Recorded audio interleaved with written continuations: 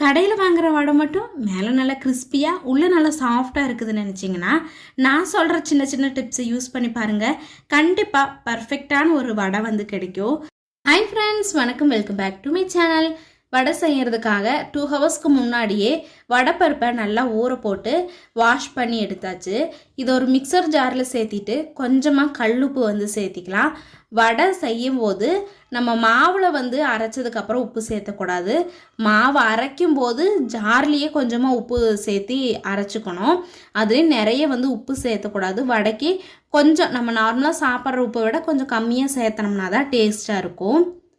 இதை வந்துட்டு நல்லா நைஸாக அடிக்கிறதுனால அடித்து எடுத்துட்டு கொஞ்சமாக பருப்பை வந்து இதில் சேர்த்தி மிக்ஸ் பண்ணிக்கலாம்.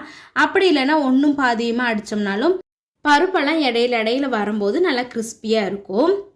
இப்போ இது கூடயே கட் பண்ணி வச்சுருக்கிற வெங்காயம், கொஞ்சமாக கருவேப்பிலை, க்ரீன் சில்லிஸு, முருங்கைக்கீரை இருந்ததுன்னா அது சேர்த்துனீங்கன்னா டேஸ்ட்டு சூப்பராக இருக்கும்.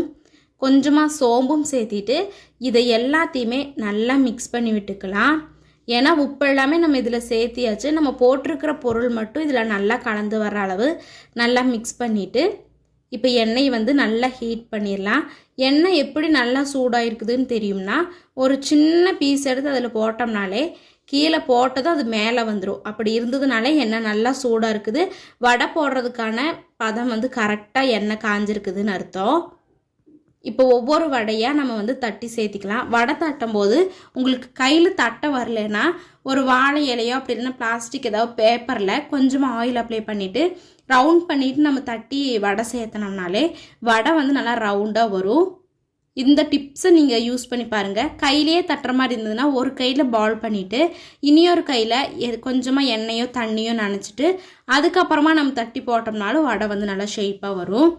எந்த எண்ணெய் பலகாரம் செய்கிறதுனாலுமே எண்ணெய் நல்லா சூடாக இருந்ததுனாலே அந்த பலகாரம் சூப்பராக வரும்.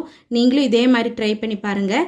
அதிகமாக வடையை திருப்பி விட்டுட்டே இருக்கண்டா, ஒரு 2-3 டைம்ஸ் நம்ம திருப்பி விட்டோம்னாலே அது நல்லா வெந்து வந்துடும்.